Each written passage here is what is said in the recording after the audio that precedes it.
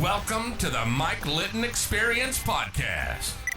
Mike has over 31 years experience in real estate, finance, and investing. He's passionate about being a father, a teacher, a realtor, an investor, and a leader. Everyone has a story, and our passion is to help them tell it. And now, introducing the host of the Mike Litton Experience, Mike Litton. So what can you expect from the Mike Litton Experience? You can expect stories that will inspire, motivate, advice that will sharpen your focus, and expert information on real estate, finance, and market conditions. Brian Townsend, thank you so much for being our guest on the Mike Litton Experience. I cannot thank you enough. I'm so excited for our time together. I know you can't tell because I hide it well. But like we talked about before we hit record, everybody has a story, and our passion is to help them tell it. So with your permission, we're going to start with where you were born, go all the way up with your life story to today, and then we can talk about anything you want to talk about that you're working on today, and then also for tomorrow, okay? All right, great. Yeah, happy to be here, Mike. Thank you. So thanks, buddy. I appreciate you being here. I'm so excited about this. So tell me about where you were born. I was born in Stuttgart, Germany. My father, my father was in the U.S. Army, and it was his second deployment to Germany, and born there on the military base, but moved back to the United States when I was still pretty young. So not a lot of memories of Germany at that time. So. Right. So when you moved back, because Dad was in the military, did you guys move around quite a bit? Not too much. I was born later in his career. We moved back to Fort Belvoir, Virginia, which is just outside of Washington, D.C. And I was 8 or 9 years old when he retired. So it was his last assignment. And so I military brat without all the moving. How's that? There you go. That works. So did you grow up in Virginia? I did. He once he retired, he stayed active with the military as a contractor, and we moved just down the street in Northern Virginia, and I stayed there until I graduated high school. There you go. So what was your favorite thing about growing up there? Just a lot of great memories with my father. He was a great man, and you know, fishing, and I would spend time with him at he ran he did a lot of graphics arts, things like that, for the military, and he ran a big shop there, and I would get to spend time with him, and sometimes the entire days I'd go to work with him, and you know, help probably more get in the way of the things he was working on, but just those quality memories with my father. So I'm pretty sure I know the answer to this already, but who was the most influential person to you growing up? Definitely my dad. Great man, a good family man, strong work ethic, and just had a big heart.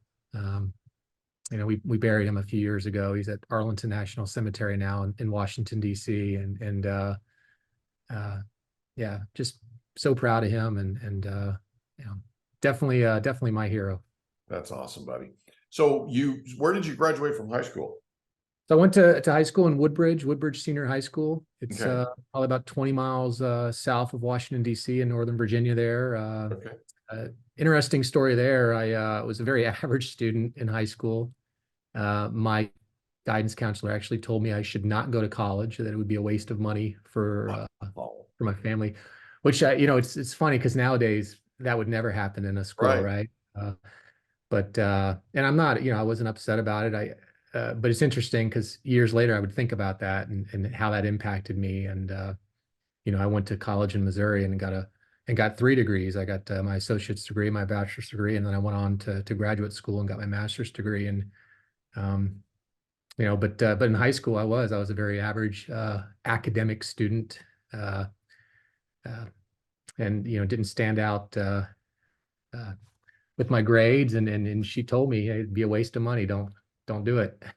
I can't imagine a guidance counselor saying that to somebody. That's got to be one of those things that never leaves you, you know?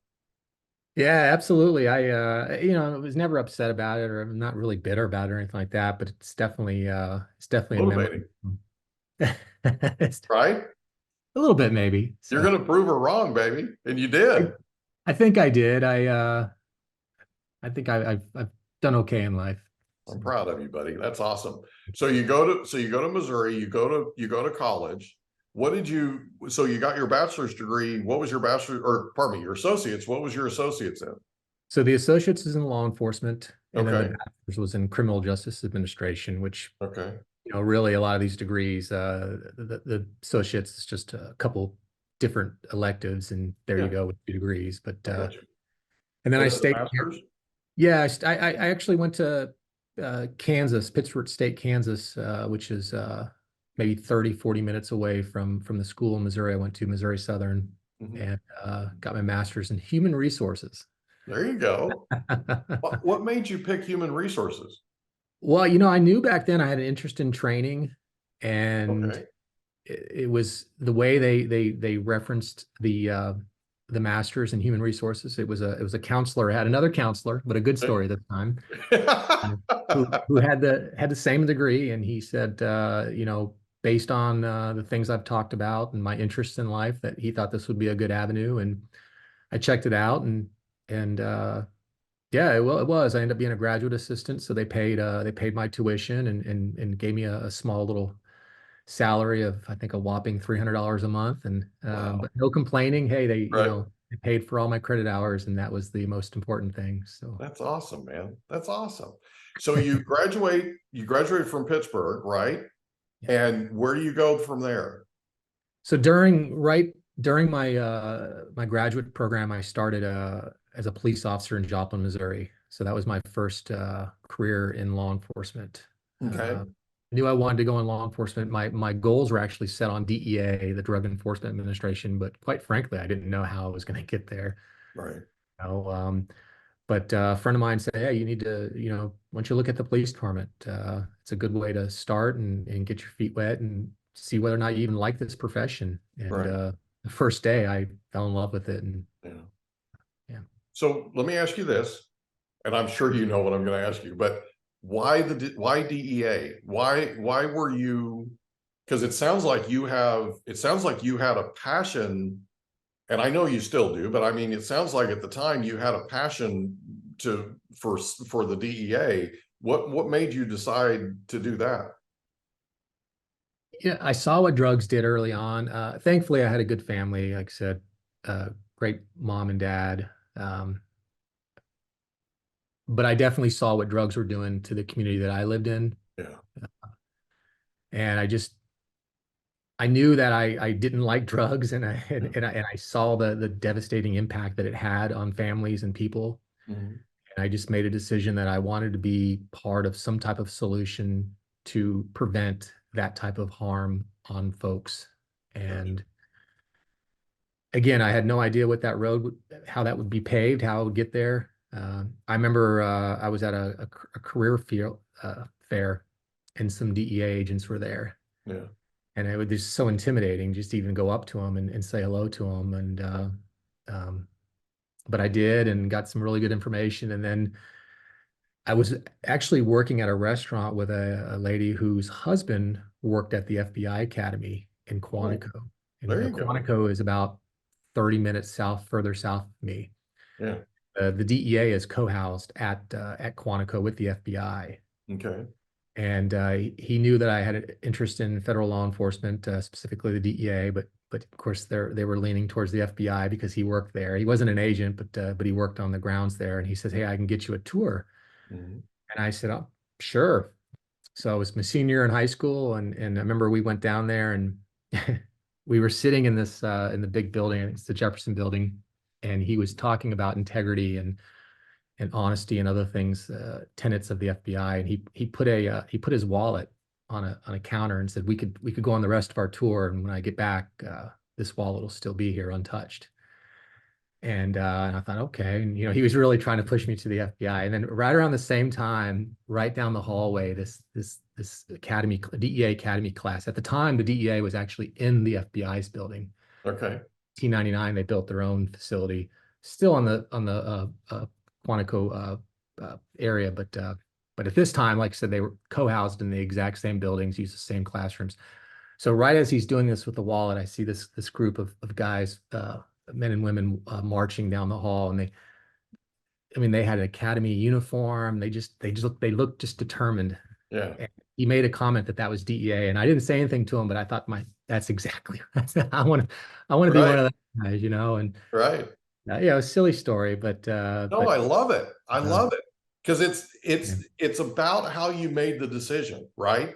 And what attracted you to it. Because here's the thing: there are going to be people that are going to listen to this podcast that are thinking about going into the DEA, right? There are going to be people that are listening to this podcast that are thinking about going into the FBI.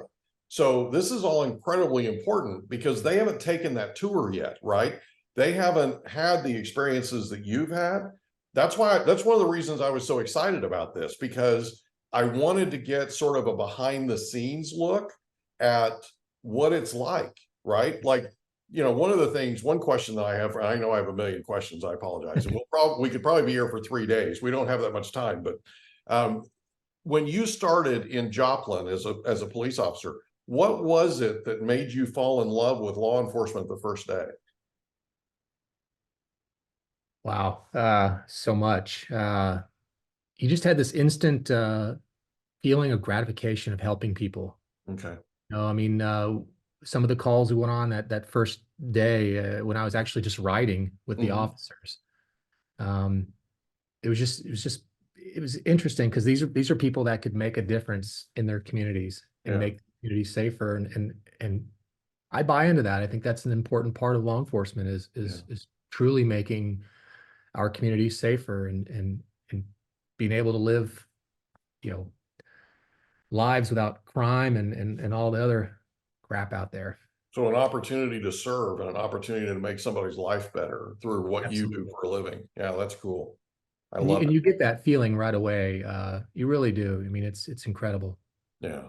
I've been on ride-alongs before. I had some when I was in college. I was working my way through college, and I was working night crew. So I would work in graveyard, and in the mornings after my graveyard shift, I would go to the local gym. Well, Third Watch was there, right? And so local PD, and so I got to know these guys, got lifting weights with them, and we'd go out after and all this stuff because they just gotten off work too, right? And I ended up doing some ride-alongs. And I ended up dating the acting chief of police's daughter. And he found out that I was on ride-alongs, and he's like, "You're joining the PD. That's all there is to it. You're joining," right? So he put the full court press on. Yeah. And my parents found out that I was considering law enforcement, and they lost their minds. Oh my goodness. It's the only reason I didn't get into law enforcement.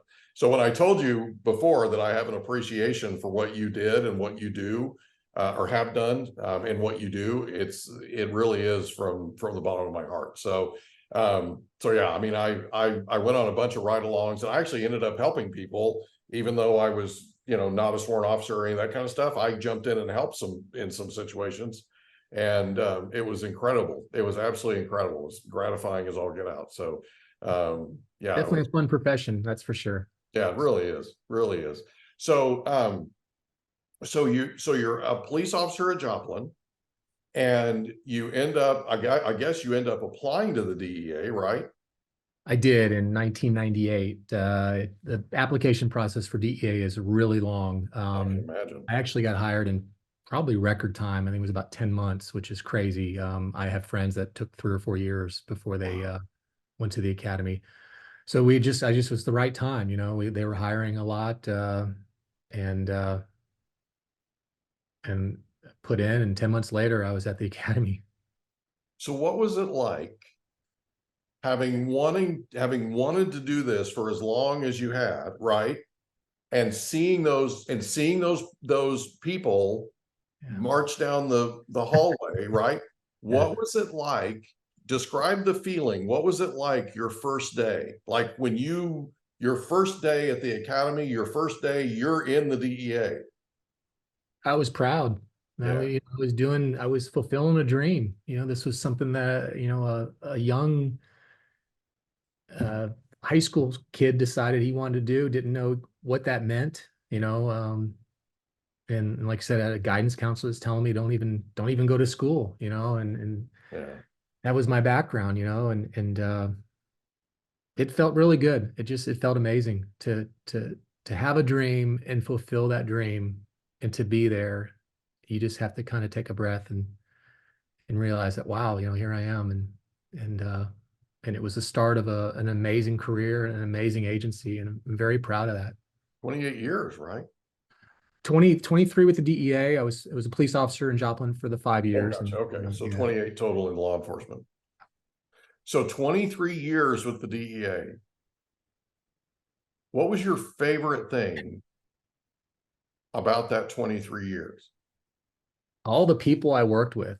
Yeah. I mean, whether it was at DEA, other federal agencies, state, local agencies, even the foreign counterparts that we worked with. I mean, just the relationships are amazing. And that's one thing that DEA really really does well is build relationships. And you go into any DEA office in the United States, and it's full of state and local officers. I mean, that's without state and local support to DEA would have a very small piece of what they do.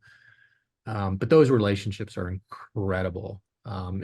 Those relationships I still have to this day. I mean, just because I retired, they certainly didn't end.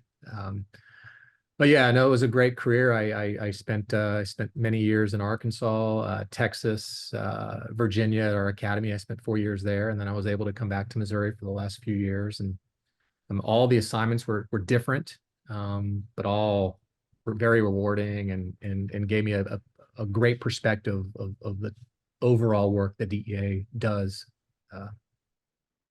Gotcha. So you decide to retire from your dream job. Yeah. Right? Tell me about that. What made you ultimately decide to do that? Well, I was fully vested in my retirement system, which I know sounds silly, but that's definitely Oh, it's not silly. You have to have at least 20 years of service. It'd be 50 years age. So 50 years of age. So when I turned 50, the thought always, is in your head, like, now I can leave. Mm-hmm. Because of the work I do. It's in the DEA. If you're a special agent, you're what's called an 1811 series. Okay. And our retirement's a little different than typical government employees. For instance, we get 1.7% a year, as opposed to just 1% a year towards our retirement. Things like that. But the downside of it is we can only stay till we're age 57. Oh, okay. 57, if you're an 1811, unless you have age out. Exception, you age out and you have to go. Okay. So that's why they front load your retirement. So a lot of guys are thinking, all right, do I stay till, or the argument is, do I stay till I'm 57? Right. Try to get a new career if I want to work, or do I leave when I'm eligible, when you're still quote unquote young enough for another organization to say, because let's face it, there's a lot of organizations out there. It's not going to take 57, 58-year-old people. I know that's against the law, but they'll come up with another reason not to hire you. Oh yeah. Well, I'm 57. I'm completely unemployable. I certainly don't mean that, but no, I'm not joking. And there's a lot of folks in DEA that stay till they're 57, and they go on to have wonderful careers in other professions. But there is this discussion within the federal law enforcement community on whether or not, do you leave when you're 50, when you're still younger? Yeah. Not that 57 is old by any account, but oh, it is. But it is a number, and some organizations will look at that. So that conversation's playing in my head. And then the fact that I love DEA. Like I said, it was my dream job. And in my last assignment in Missouri, I was the what they call the resident agent in charge. So I was in charge of my office, 25 counties in Southwest Missouri, and a great relationship with all the agencies that we worked with, and a lot of good work, especially with opioids, specifically fentanyl. I mean, we were doing a lot of stuff, but I just, I'm 50, I'm eligible to retire. Yeah. And I'm looking at my life going, all right, there's so many other things I want to do. As much as I love DEA and as much as law enforcement has been a wonderful career, I just felt like this was a time to go. This was a time to just pass the reins on to someone else and let me and let me start a new chapter in my book. And that's exactly what I did. I waited to about a month before I turned 51 and Yeah. and pulled the plug, and there's no regrets. I'm happy to, I say no regrets. I do miss DEA. I do miss the people I worked with were amazing. But again, those relationships, they didn't end because I left. Oh yeah, absolutely. So you leave DEA, you then start Eagle 6 training? Yeah, so I started Eagle 6 training, which is my own training and consulting business. And my idea was really to work more with business and a little bit of law enforcement. But what I found out was most 99% of my contacts in this world are all law enforcement. Right. So yeah, so I've continued to work with law enforcement, and that led into a different job, which I have two jobs. I have my own self-employment with Eagle 6 training, and then I work for what's called a risk center, and I'm a law enforcement training coordinator for them. And what I do for them is I support law enforcement in 9 states in the Midwest, and as a law enforcement training coordinator. So I develop curriculum and I teach classes to law enforcement in the 9 states. Oh, that's awesome. Good for you. Now, let me ask you this, and I'm sure you know what I'm getting ready to ask you, but why the name Eagle 6? So the DEA Eagle is our bird, is representative of the DEA, and then 6 is kind of representative of having someone's back. Watch your 6, right? Watching your 6, exactly. So it just made sense. Eagle 6 training. You come to me, and we'll take care of your training needs. I love it, man. I love it. That's perfect. So tell us about Eagle 6 training, but then let's talk about the teaching you're doing, because it sounds like you really light up when you talk about the teaching that you're doing. Yeah. So one of my passions as far as training and teaching is leadership. I get so aggravated at the lack of leadership development in organizations. And I saw that at DEA. One of the things I got to do for 4 years, 2016 to 2020, I was assigned to our academy at Quantico.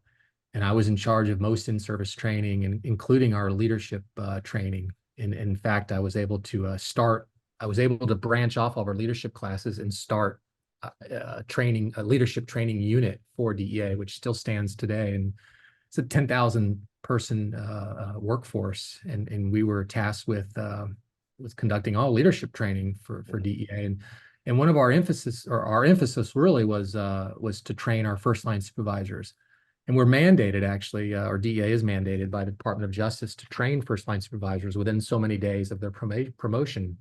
And it seemed like all of our efforts were there, and there's nothing wrong with that. I mean, but the frustration is why aren't we developing our folks before they get to that part? Right. We were checking a box saying, okay, congratulations, you've been promoted. Right. Now we're going to train you within 6 months of your promotion. Right. We had guys men and women who come to our class who'd been in seat for 6 months, if not longer, who are now doing the job. Yeah. How much damage can you do in 6 months? Quite a bit. No, I'm not joking. Let's be honest.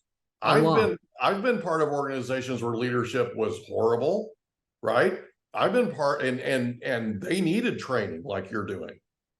We hope you enjoyed another episode of the Mike Litton Experience. If you did, do us a favor, smash that subscribe button, tell your friends, family, and coworkers about our program, and wherever you get your podcasts, please leave us a rating. It helps us to connect with quality people just like you. And that's a wrap. Another episode of the Mike Litton Experience in the books. Reach out to Mike on Instagram at Litton Realty. Want to meet with Mike? Check out calendly.com/Rio760.